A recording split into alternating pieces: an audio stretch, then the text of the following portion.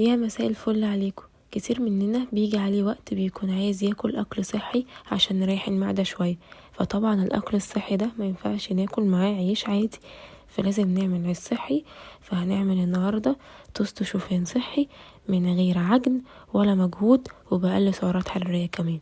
يلا بقى نبدأ نعمله، بس قبل ما نبدأ اوعوا تنسوا تعملوا لايك، واللي ما اشتركش في القناة يشترك وفعلوا الجرس عشان يوصلكوا كل جديد بنزله. ويلا نبدأ.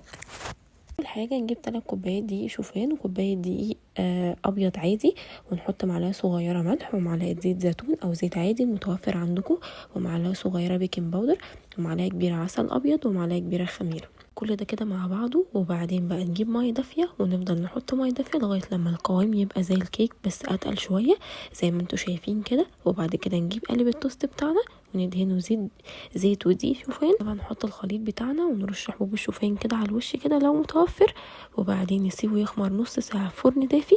ده شكله لما خمر. نشغل الفرن بقى على درجه حراره 180 قبل ما ندخل العيش ب5 دقايق عشان الفرن يسخن والخمر بتاعنا ده ما يهبطش معانا، ونسيبه بقى يستوي لمدة ساعة. نفتح عليه بعد 45 دقيقة مش قبل كده، ونغرس فيه السكينة كده.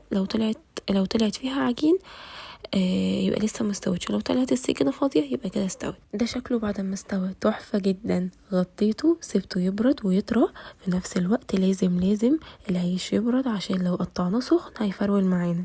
وده شكله لما برد، شايفين عامل ازاي؟ طعمه حلو جدا، حاجة كده في منتهى الجمال وسهل جدا في عمايله. يلا بقى جربوه وبألف هنا، وما تنسوش تقولوا رأيكم فيه. والسلام عليكم ورحمة الله وبركاته، واستنوني في وصفة جديدة ان شاء الله.